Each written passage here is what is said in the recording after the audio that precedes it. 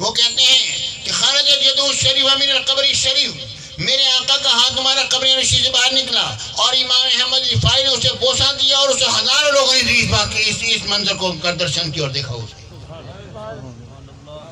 میرے ساتھیوں، آخر میں ایک واقعہ پیش کرنے بات کو ختم کرتا ہوں۔ وہ یہ ایک مرتبہ ہمارے غوث اعظم سیدنا شیخ عبد القادر جیلانی رضی اللہ تعالیٰ عنہ، آپ غور کیجیے، میرے آقا کا فرمان عالی ہے نا، جس نے خواب میں میری جاگتی جاگتے میں بھی مجھے دیکھے گا۔ خواب میں بھی حضور ہی آتے ہیں، جاگتے میں بھی حضور ہی آتے ہیں۔ یہ ذہن میں خواب میں بھی حضور ہی آئے، جس نے خواب میں میری زیارت کی، جاگتے میں بھی میری زیارت سے مشرف ہوگا۔ شیطان میری مثل نہیں بن سکتا۔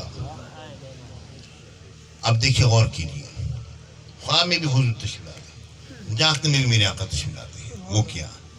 حضور غوث اعظم سیدنا شیخ عبد القادر جیلانی رضی اللہ تعالیٰ بات فرما رہے ہیں۔ حضور غوث پہ بات فرما رہے ہیں، آپ کے خلیفہ خاص علی حیتی رضی اللہ تعالیٰ، ان کی آنکھ لگ جاتی ہے، اچانک سو جاتے ہیں۔ جیسے سوتے ہیں، حضور غوث پہ اپنے بات مبارک کو چھوڑ کے ان کے سامنے ہاتھ باندھ کے کھڑے ہو جاتے ہیں۔ اب پیروں کا پیر، اپنے مرید خاص، خلیفہ خاص علی حیتی، جن کے بارے میں اولیاء کرام لکھتے ہیں کہ ایک علی حیتی میں 7 قطبوں کے مساوی قوت ہے۔ علی حیتی فرماتے ہیں، جب پتھر میں رہنے والا کیڑا اپنی جگہ سرکتا ہے تو علی حیتی یہاں پر اس کے سرکنے کی آواز کو سن لیتا ہے۔ وہ علی حیتی جو ہیں، وہ ان کو آنکھ لگ گئی، خود غوث پہ جا کے ہاتھ باندھ کے کھڑے ہو گئے۔ وہ سو رہے ہیں، خود غوث پہ سامنے کھڑے ہیں، وہ سو رہے ہیں، آپ آگے کھڑے ہیں۔ آنکھ کھلی، واپس تشریف لائے، جہاں سے بات چھوڑا تھا وہاں سے دوبارہ شروع کر دیا۔ لوگوں نے پوچھا حضور کیا ہوا؟ آپ نے فرمایا علی حیتی سے پوچھو، جن کی وہ سوتے میں زیارت کر رہا تھا، میں جاگتے میں زیارت سے مشرف ہو رہا تھا۔ علی حیتی بولو، انہوں نے عرض کیا یا رسول کہ یا غوث الورا، مجھے حضور علیہ السلام کی زیارت نصیب ہوئی، اور یہ بھی تو بتا حضور نے فرمایا کیا؟ تو حضور علیہ السلام نے مجھے فرمایا، اے علی حیتی، غوث اعظم کا دامن شیخ عبد القادر جیلانی کا دامن کو نہ چھوڑنا، کبھی نہ چھوڑنا۔ پیارے سے جن کی وہ سوتے میں زیارت کر رہے تھے، غوث اعظم جاگتے میں زیارت کر رہے تھے۔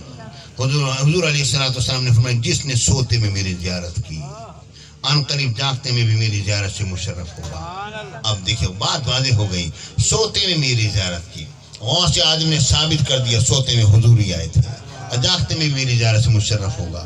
پیارے بھائیو، جاگتے میں بھی وہی زیارت کر رہے ہیں، یعنی حضور علیہ السلام جہاں چاہتے ہیں جاتے ہیں، جہاں چاہتے ہیں آتے ہیں۔